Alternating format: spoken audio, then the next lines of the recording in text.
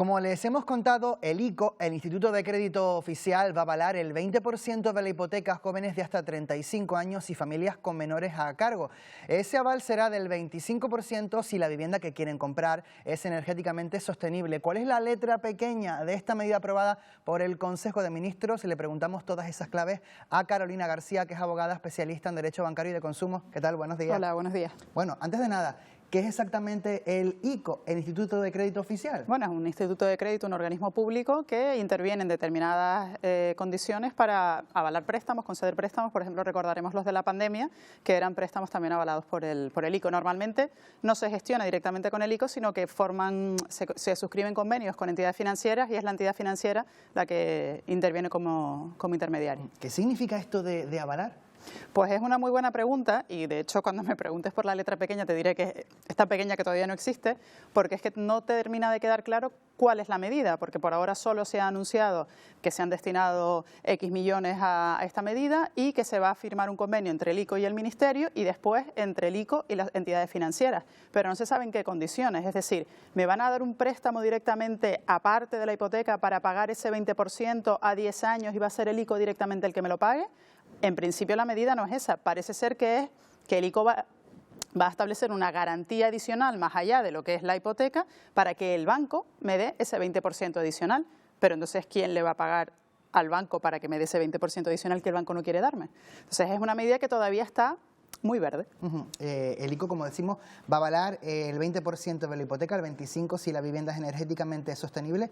¿Por qué esta cantidad? Porque no es casual en principio. Para nada es casual. El Banco de España y también las entidades financieras son muy reacias a dar el 100%. Ese 100% que nos daban antes en la época de la burbuja inmobiliaria ha demostrado que si al cliente le das el 100%, si al cliente no le ha costado nada, si el cliente no ha puesto nada de ahorro, tiene una escasa vinculación a ese inmueble y deja de pagar muy pronto.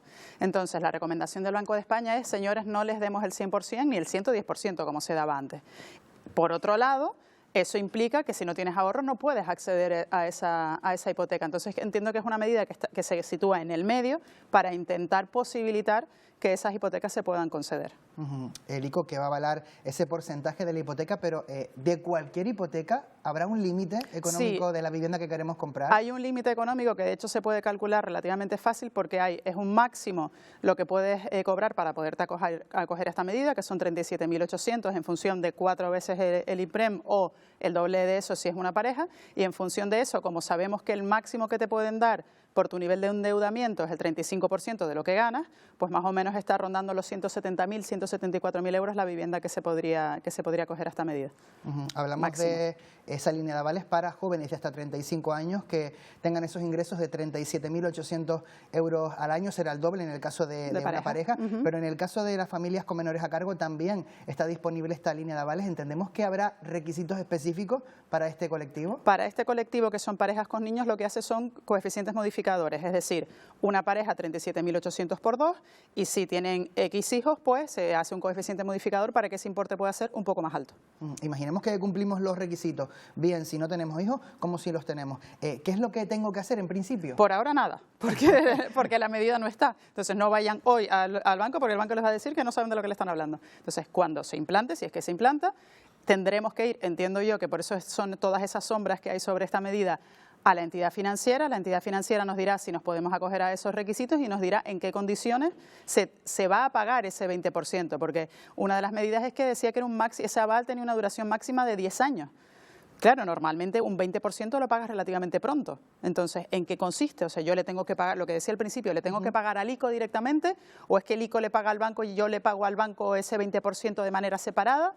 No, es que no está nada claro, la verdad. Falta esa letra pequeña, esos aspectos, pero de manera general, ¿cómo se devuelven los avales, los préstamos que da el ICO? Por ejemplo, ¿cómo ha ocurrido con la pandemia? Nada, es un préstamo directamente que no lo gestionamos con el banco, pero realmente quien nos está dando el dinero es el ICO y nos pone las condiciones que estén establecidas en esa línea de crédito. Una línea de crédito normal y corriente con un tipo de interés y un plazo para pagarlo. No tiene más ciencia.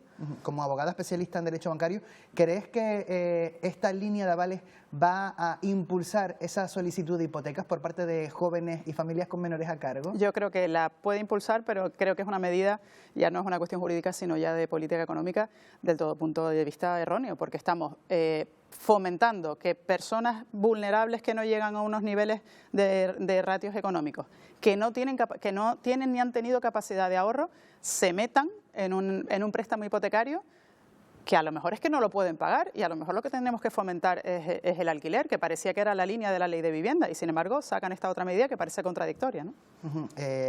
Carolina, por tu experiencia en el día a día, por tu gestión, ¿están las entidades bancarias cumpliendo con ese código de buenas prácticas en el caso de las medidas de alivio para las hipotecas? Es que es muy difícil, los criterios son muy estrictos, el acceso a la información por parte del usuario es muy complicado. Se ha implantado el sistema de las citas previas y entonces tienes que esperar 2 meses y realmente se está aplicando muy poco, muy poco. Este fin de semana el presidente del Gobierno, Pedro Sánchez, anunciaba modificaciones legislativas para garantizar el derecho al olvido oncológico. En determinados seguros, determinadas cuestiones que solicitamos, por ejemplo, a entidades bancarias, se tiene en cuenta si hemos pasado o no por un cáncer a la hora de concedernos o no ese crédito. Por ejemplo, en el caso de una hipoteca, ¿se tiene en cuenta? Sí se tiene en cuenta, pero hay que distinguir 2 planos.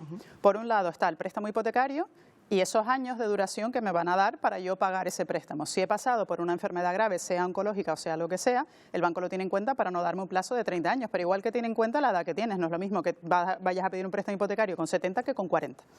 Ese es un plano, que es el préstamo hipotecario, que puede influir sobre todo en la reducción del plazo de devolución, pero hay un plano importantísimo que es el seguro de vida. En el seguro de vida, la entidad está obligada a hacernos primero lo que se llama un cuestionario de salud. Y ahí tenemos que decir la verdad, tenemos que decir, por ejemplo, si somos fumadores, si hemos pasado por una enfermedad grave, si tenemos cardiopatías previas, porque si no lo decimos, después el seguro, vamos a decir, se agarra a eso para no pagar. Entonces, es ahí donde se tiene que regular muy bien qué pasa con ese tipo de pacientes que han pasado por esas enfermedades, porque hay un cuerpo de jurisprudencia enorme que dice que si tú en el momento de rellenar el cuestionario de salud no eres sincero, también es verdad que hay que ver cómo se rellenan esos cuestionarios, ¿no? Si no eres sincero a la hora de decir qué patología previa tienes, el seguro puede alegar que si lo hubiera sabido no te lo hubiera dado. Y en el caso de esos pacientes que han pasado por el cáncer, a la hora de contratar ese seguro para la hipoteca, ¿se les rechaza o se les concede ese seguro, esa hipoteca, pero con unas condiciones? Lo que establece la normativa es que tendría que ser más caro, porque el riesgo es mayor. O sea, un seguro siempre juega con el riesgo que implica la cobertura que te doy y la prima que te cobro. Entonces, un poco lo que se viene a decir es, si yo hubiera sabido que tú habías tenido una enfermedad grave, te hubiera puesto una prima mayor. Como me has mentido, no lo he puesto ni me he podido adaptar a esas circunstancias. Con lo cual, no quiere decir que no me lo den, sino que me pongan una prima más cara, ¿vale? Con lo cual, yo no sé cómo van a meter ese derecho al olvido, el historial oncológico, en medio de un cálculo que tiene que hacer un seguro de vida para determinar cómo me lo van a dar. Pero luego, por supuesto, hay un montón de procedimientos también. Lo del cuestionario de salud ha sido muy grave porque es que muchas veces ni te lo hacían. Entonces te rellenaban 4 cruces ahí y seguro de vida para adelante. Entonces hay también muchos procedimientos en los que se consigue ganar porque la forma de rellenar el cuestionario de salud no fue la adecuada. Bueno, veremos en qué queda esta promesa electoral que ha hecho el presidente del Gobierno, Pedro Sánchez. Carolina García, abogada especialista en Derecho de Bancario y de Consumo. Muchísimas gracias, como siempre, gracias por ayudarnos a entender mejor toda esta realidad. Buenos días. Gracias.